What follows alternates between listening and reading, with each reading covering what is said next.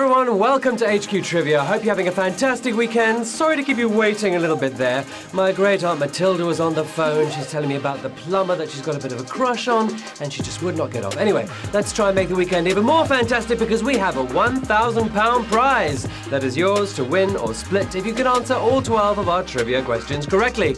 I'm Beric Livingstone, your host for tonight's show. Now, if we could hop into a TARDIS and travel back to Berlin on this day in 1906, we might be able to peer into the room where representatives from 27 countries were signing the International Radio Telegraph Convention, which enshrined the use of SOS as a distress signal.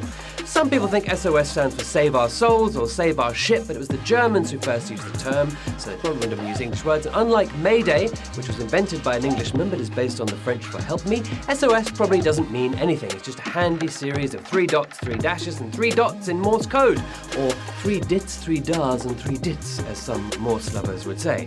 In any case, we can thank that cooperating group of plenipotentiaries in the Berlin of 112 years ago today because without them, we may not have had Rihanna's SOS. We might not have had ABBA's SOS. We might not have had the 80s electro-funk sensation that was the SOS band. And then where would we be? If you have an SOS moment tonight, well, remember, you'll be eliminated after a wrong answer, but you can still watch the rest of the show. Or you can use an extra life to get back in the game, except on the final cue. So, with emergency preparations complete, let's strap ourselves in and get straight to Q1.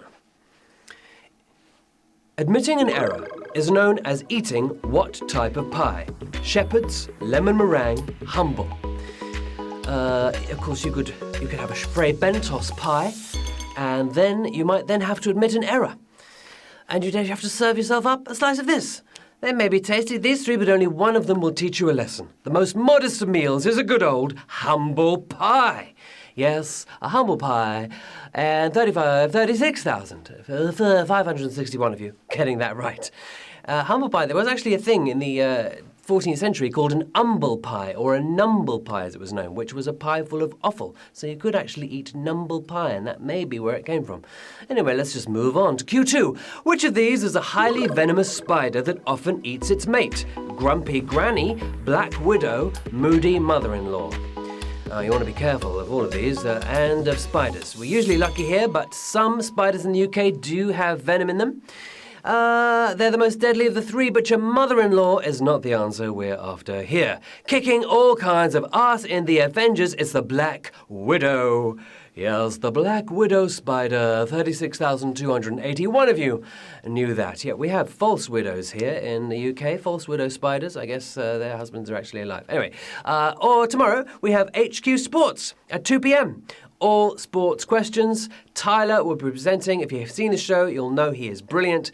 And we've got time for some quick shouts to Rebecca, Josh, Lucy, Julie, and Lee. Hi to all of you. Good luck to everyone. And on to Q3. What's the name of the hit single by Adele from 2015? Let's Be Having You, Hello, Enough Said. They could all be Adele songs, really, couldn't they?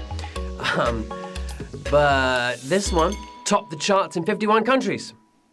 So there's no excuse for getting this one wrong. More of an introduction than a conclusion. It was Hello. Yeah. You thought that had been her first single, Hello, back in 2008. But no, Hello was 2015, 35,643. Got that right. And with 99 going for Let's Be Having You. You must have got that from somewhere. Well done. Anyway, you can use an extra life if you wish. 30 of you did there. Q4. The C in the US TV network CBS stands for what? Cable, Columbia, Chrysler. CBS, founded in 1927, also referred to as the I Network for its logo that they've been using since '51. They sure love their cable in America, but that's not what this C stands for. Smuggling its name from south of the border, it stands for Columbia. Yes, Columbia, which is a tribute to a certain Christopher. 9,053 getting that right, but that is a savage question. Pregunta salvaje, this early in the game, very unexpected, but yes, a lot of you thought cable, and we understand why, but it's bye-bye. Let's move on. 2,533 of you, 2,536 now, using extra lives to get back in. Smart move. Okay, Q5. A gazebo is another name for a which of these? A mirror, a precious stone, a summer house. It's one of those words that may have humorous portmanteau origins, because it's probably from gaze, the word gaze, as in look upon something, and then it's got a bow, like a lava bow, so it's kind of a Latinized, funny portmanteau word, gazebo. But what does it mean? If you're looking for a precious stone, then a gazebo is not the Giza you're after. Better at blocking the sun than reflecting it. It's a summer house, sort of. A sort of summer house. 11,262 of you got that right. Knock the walls off your shed, and voila! Now you've got a rubbish gazebo. Onwards to Q6. The world's deepest natural point, the Mariana Trench, lies in which ocean? Pacific, Indian, Atlantic. Mariana Trench sounds a bit like a Roald Dahl character, but it's actually in the ocean, about 1,500 miles long, about 43 miles wide, most of it, and it reaches 11 kilometers below sea level. But where will you find this massive minus mountain? Getting specific, it lives in the Pacific. Yes, and peacefully does it for 7,497 of you who got that right. You could drop Mount Everest into the trench and it would still be hiding under 2 kilometers of water. Deep. Tomorrow's a big day in HQ. It's our big £5,000 game, and we will once again be playing it the 100 way. That is, we will keep asking questions until just 100 players or fewer are left, which means that with under 100 winners, everyone who wins will get at least 50 quid. Do not miss that. It will be fabulous. Okay, on to Q7. Which of these US states was the first to grant women the right to vote? Massachusetts, Wyoming, Minnesota. The Isle of Man gave women the right to vote before the UK did, something like 40 years before. But in the US, different states did it at different times. Women from every state were allowed to vote in 1920, but who was 31 years ahead of the pack? The home of answering a question with a question, it's Wyoming. Yeah, Wyoming.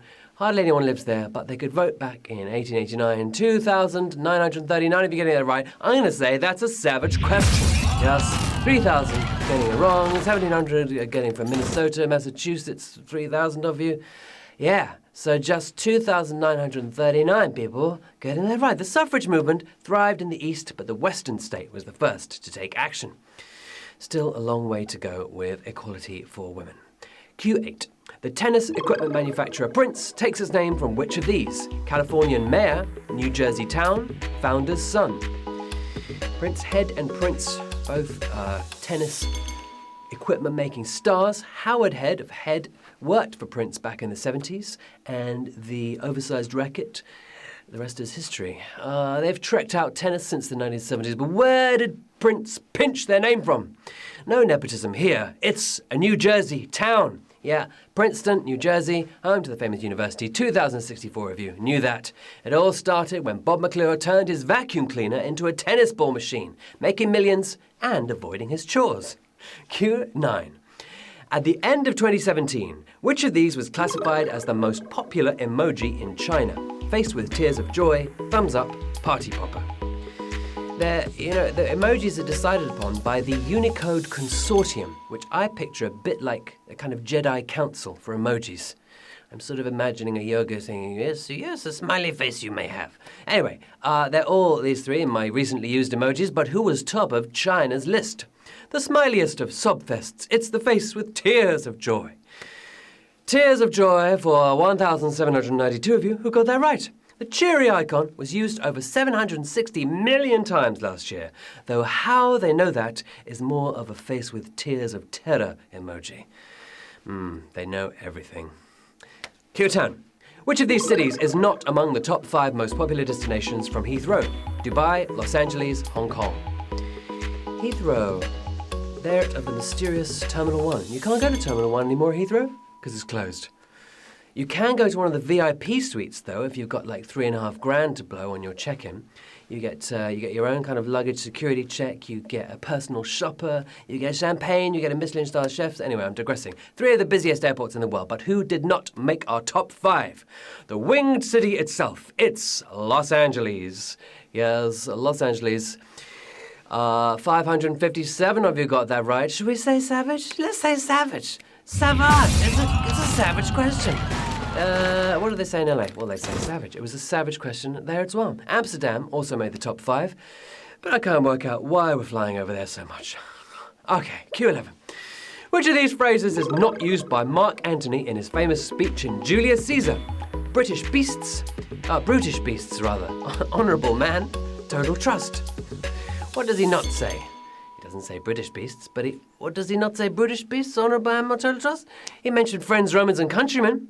But who doesn't make it into Mark's monologue? Holistically hopeful, it was total trust.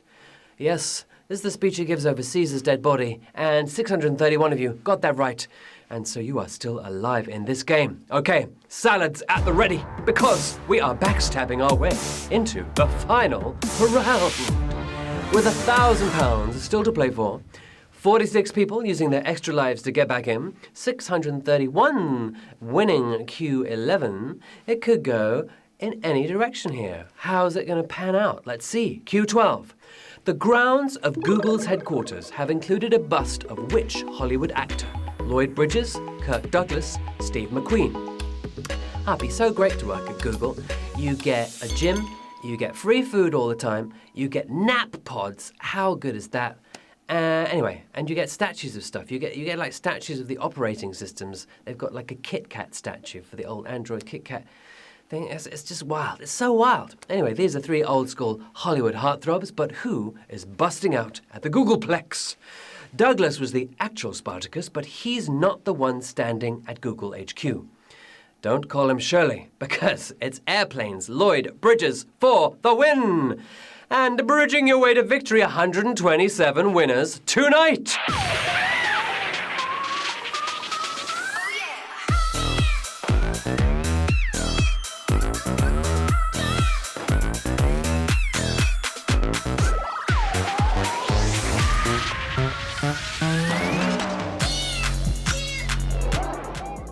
Yeah, so that last question is the kind of one we might have called savage. Just 127 people sharing the jackpot after so many made it through to Q11 and were feeling pretty confident. Well, sorry, you lot, but to you 127, huge congratulations. Well done, fantastic Mr. Fist, is it there? Roborovsky, Vetus, who's got some frightening moth eyes, to HQ prize. You have won an HQ prize, and you've got £7.87 or £7.88 pence for your trouble. Congratulations to all of you. Nice going, everyone. Good to see you as always. I'm Beric. Hit me up on the socials with your shout requests, your high scores, and your thoughts about life. HQ Sports coming up tomorrow at 2 p.m, but before that, well, there's nothing before that. All there is Saturday night partying before that. Trivia Towers, however, our next show is after that. It's at 9 p.m. tomorrow. It's going to be the Big Five game with Queen Shazza in the chair, or standing, depending on how she feels. Join us for that. Meanwhile, have a great weekend. Good night.